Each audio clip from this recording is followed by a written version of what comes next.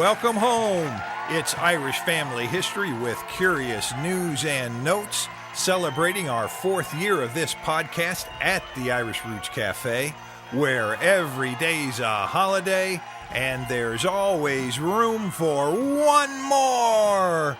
One of 6 broadcast series from the Hedge School at irishroots.com.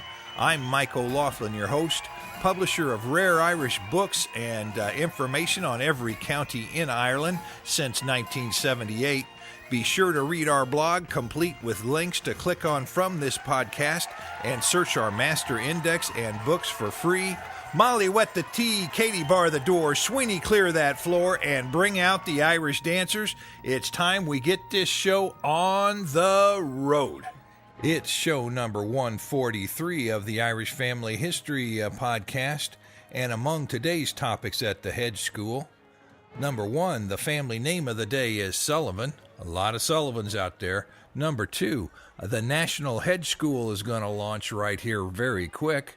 Number 3, say goodbye to Waterford, and also the book of the month.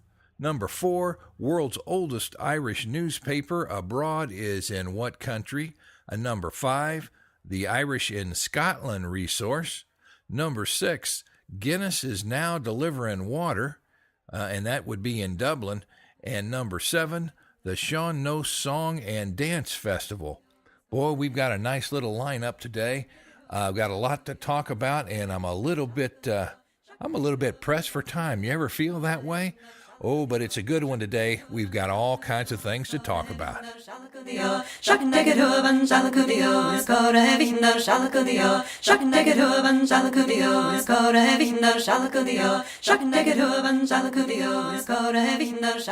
Well, now it's time for the notes for the week, and that's about what's happening here at the Irish Roots Cafe, and we're going to run a little bit over today, I think.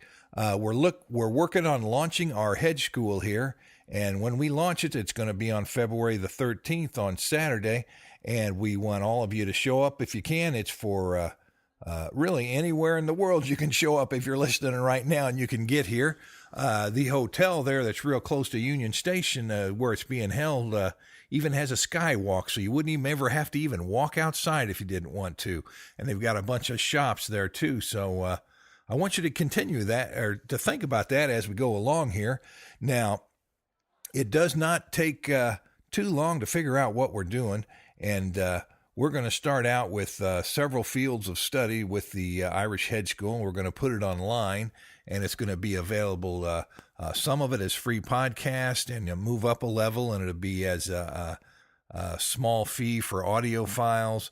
And then lastly, some of these courses you're going to be able to really get the Hedge School teacher to act as a tutor or a consultant with you. That's the plan right now, so think about that. And what else do we have here? Well, we're going to have our first audio book up and running. Molly recorded that, and I've given you some excerpts of it, and it's on the Missouri Irish, Kansas City, St. Louis, the Irish Wilderness, and more. And if you need some entertainment on the way to work and want to keep from falling asleep while you're driving, you might consider this book. It's a good opportunity for you to learn a little bit about the Irish in America. And let me see. Let's break now. We're going to talk more about this in a minute.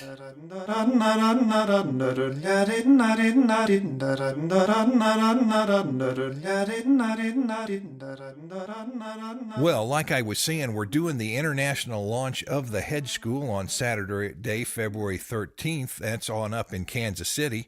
The Irish Museum was kind enough to offer their space to us, and that was just fine with us. So that's where we're going.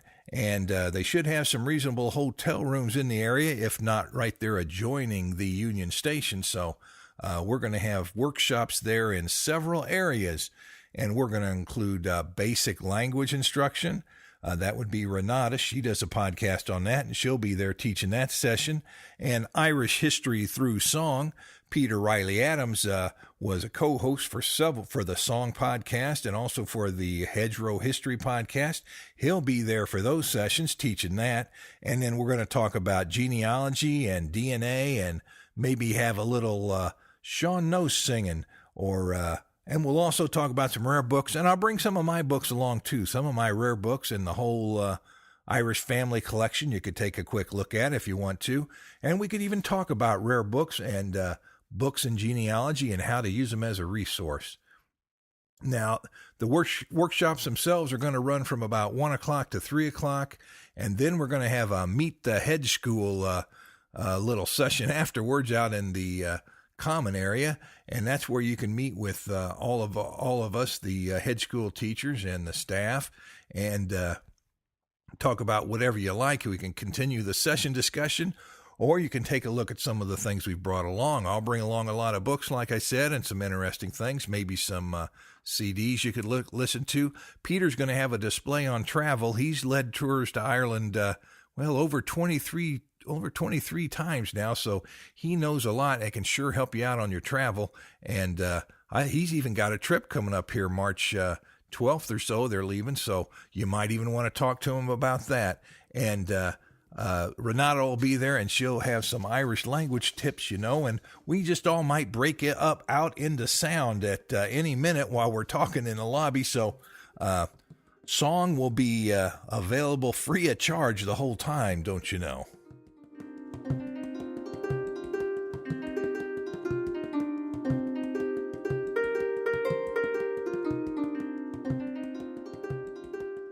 Well, we're supposed to be doing the 1-minute podcast right now, but we're just going to continue our discussion, give you a little bit more of an idea of what those hedge schools were. And that's when schools were outlawed for the Irish in Ireland with the coming of the penal laws at that time. And that's when outlaw school teachers then had to teach outdoors by the side of the hedgerow, in nooks and crannies, sometimes on the side of the road in a little lean-to mud hut they'd teach in. And the students would carry the turf to school for fueling the fire on a chilly day. So you want to be one of those who carry the sod, so to speak. That means you're educated and you went and you studied part of your history as well as maybe things outside of it. And that's what the Hedge School is all about. And we're up and rolling, and that's what the February 13th event is. And I sure hope each and every one of you can make it. I think just on Facebook we've got 7 or 8 people already signed up as yes, and 13 people, each and every one of them, signed up as maybe. So that's fun, and it's going to be fun to see who actually is able to show up. That's always very important. So I'm checking it every day and hoping that this can be sort of an Irish family reunion. It is the national launch of the Hedge School, so come on along and enjoy the sessions. There'll be something there for everybody, and it's for beginners as well as those who've been around for a while. We always enjoy those that are just starting out because there's so much more you can learn. You can have so much fun, but everybody's welcome. Remember, we do have... actually, there's 7 podcasts actually released already, different series on Irish subjects, and we have an 8th one coming out too. That's going to be on county travel and some historical notes on the counties, and then the experiences traveling through the counties. Peter's going to be co-hosting that with me.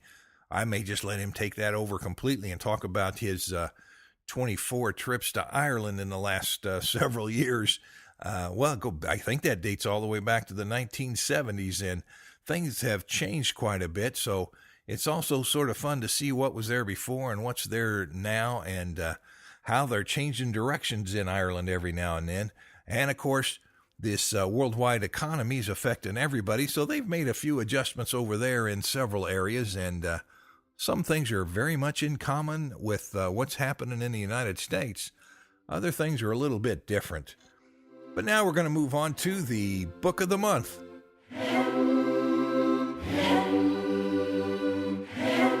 Well, let me see. That Book of the Month was County Waterford, and I've got the names that were shown in the map of the 4 masters on that County Waterford book, and that'll be on the blog. And now we're going to move real quick to today's Magnificent 7. And here we're going to welcome Gail Dolly of McAlpin, Florida, as a new member. Looking for the Dolly family in Galway and the Berry family of Belfast. Number 2, Elizabeth Robillard of Bel Air, Texas, your book of Irish families, great and small, has shipped. Sandra Tremullis of Redwood City, California, your book of Irish families and Kings and Queens County, Ireland genealogy book shipped. Number 4, welcome Denise Tanner of Louisville, Kentucky as a new member. She's looking for the Shaughnessy family that lived in Glen Duff and Ashford areas of County Limerick. Specifically looking for perhaps Patrick Henry Shaughnessy, about 1811 to 1848 of Glen Duff. And we'll have that whole search listed on the blog if you're part of that clan. That should be interesting. Number 5, welcome Ruth Stewart of San Jose, California as a new member, searching for Michael and Mary Hines. And they first appear in the census of Ramapo, Suffern, New York in 1855, saying that they'd been there for 1 year at that time. And he goes on to work for the railroad. So if you think you might have some help with that, I've got the whole search listed on the blog, and we can get you in touch with her if you think you're on the same road. Number 6, welcome Kathy Trapp of Darien, Illinois as a new member. And number 7, welcome John J. Hartwell of Oxford, Massachusetts. And Kathy Trapp, she's looking for Frost of Meelick House, County Clare, and O'Halloran of Limerick, and O'Shaughnessy of Meelick House.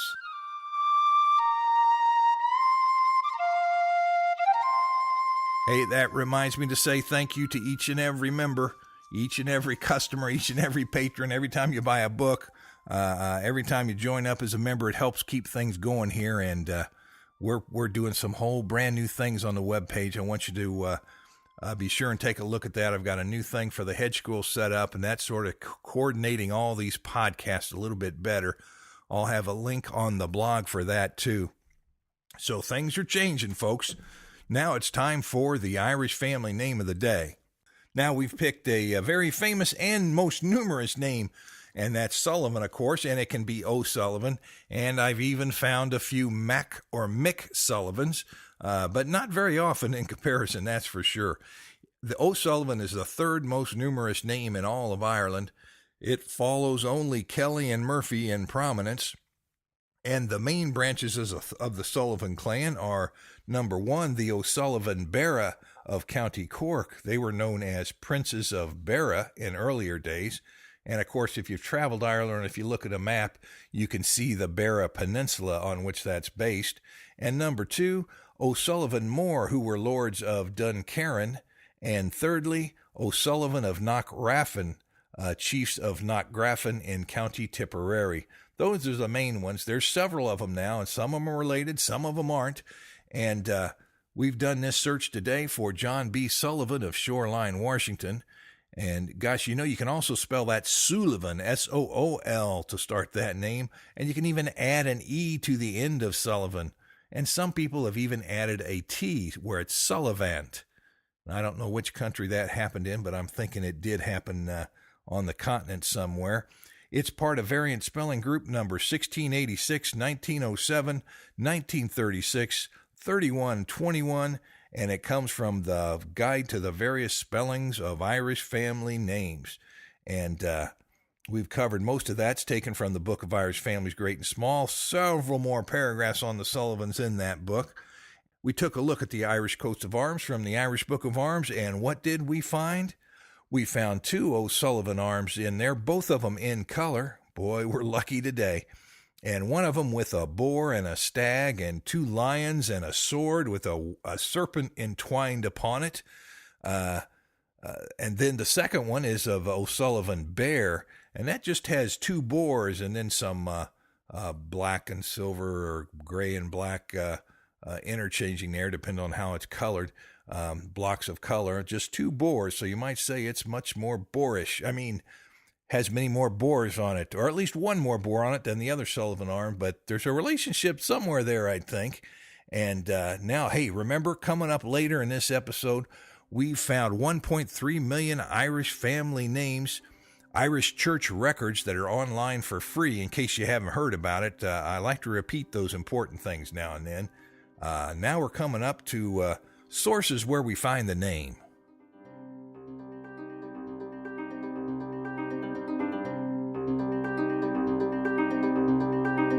Well, if you go to the free master index, the online index at irishroots.com, and you type in your name, leave off the Mac or the O at the beginning of that name and just type in the raw name itself. And what comes up? Well, we come up with too many answers when we're looking for Sullivan or O'Sullivan, but we found it in the Irish Book of Arms, of course, and in the Surnames of Ireland that has 200 surname maps in it. Then we found O'Sullivan in King James Irish Army list. Of course, that goes back to the 17th century, the end of the 17th century, with a lot of Irish family history packed into that. And then we found O'Sullivan Beara in the families of County Cork, Ireland, which is fitting because the Beara Peninsula down there. And then we found O'Sullivan arrested by a town marshal in Volume 7 of the Journal of the Irish American Historical Society. And we found O'Sullivan branches in the index in the families of County Kerry, Ireland. Plenty of Sullivans down there. I've even got some Sullivans in my family. That would be my grandmother. She was a good one, too. Passed a lot of this thing on to me. In number 7, we found P, M, and J and Firehouse, Sullivan Firehouse in Irish families on the California Trail. So there's no lack of Sullivans.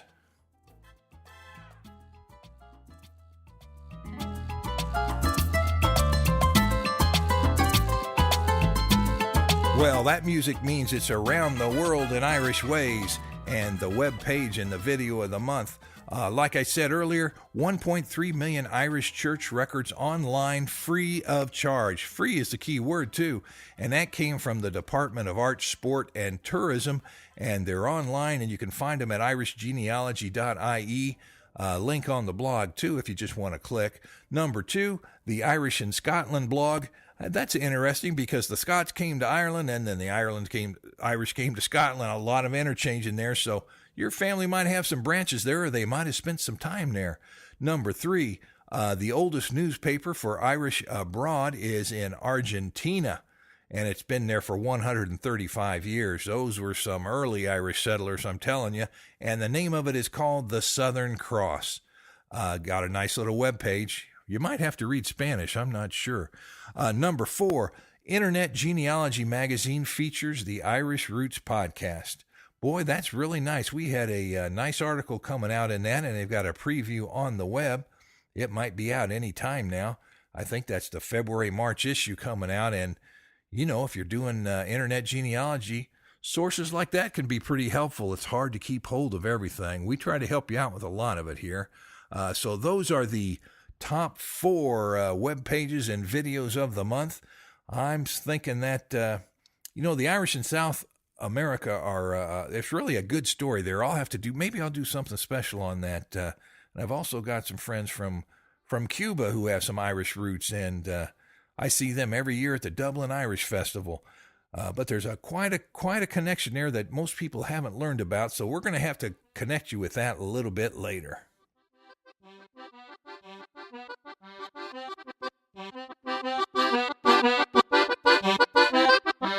Now it's time for curious news and notes from Ireland today. Number 1, ruptured pipes mean no water, and that happened in parts of Ireland, especially in Dublin, and they had some trouble in Limerick too, and it was up to Guinness to dump all that beer out and to refit their 30,000-liter trucks to pump water and bring it to the people and save some lives. And I think it worked. You can read more about that in the independent.ie. I've got a link on the blog. Number 2, Voya seaweed baths in Strand Hill, County Sligo. They started out with that seaweed bath in 1912 on the shoreline until it was blown away by a hurricane in the 1960s. They've rebuilt it, and then it's gone out again, but they're back now.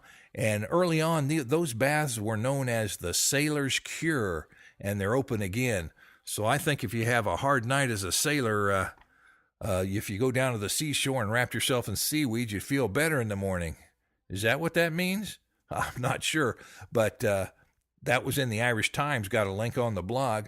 Number 3, a sad day for Waterford it is, as Waterford Crystal Visitor Center closed at Kilberry last week. You know, in better days, some 330,000 visitors a year showed up. and 3,000 people worked for the companies in that area at one time until the hard times did hit. That's a story in the Irish Times. It's sad to hear, and I know a lot of you out there have been to that factory. I know my family's been there too, and especially my mother and the women folk like the Waterford Crystal Factory. So it's a sad note, but something's bound to come take its place. Number 4, did you know English has now been no longer required in Irish primary schools, and that would be Irish language primary schools. They had passed some sort of law that said they had to have at least 30 minutes or so in English for teaching the primary school, so the kids would learn some English too. But they've taken that law out. My, how things have changed from the 17th and 18th century when Irish was outlawed. Well, now they've just made it possible to outlaw English in the schoolroom. It's interesting as we watch the turn of the screw. That's in theirishtimes.com. Number 5, Sean No's song and dance is a very real thing at the Temple Bar Trad Fest, traditional fest there, and the article on that in the Irish Times. And I've taken a look at that Sean No's dancing and singing, and it's sort of freestyle, and you don't. And that's both in the dancing and the singing, and in the song. Gosh, it might be compare that to somebody living in the hills, and they just learn how to sing a certain way, and they don't care what anybody else is saying, and they don't have to have necessarily have any instruments along with them. It's just a very natural way of singing. And sometimes they call it say a song. I think old Joe Heaney, he was a sort of a Donegal master at Sean Nos, and he had his own style. I've started studying him because I think I might be able to do that. And number 6, the National University of Ireland is dissolving after 100 years. As recommended in Mr. McCarthy's report. Thank you, Mr. McCarthy.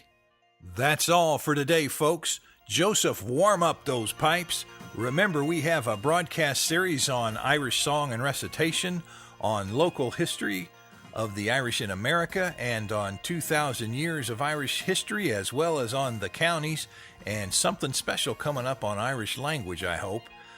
We've got all that and more at our Hedge School at irishroots.com.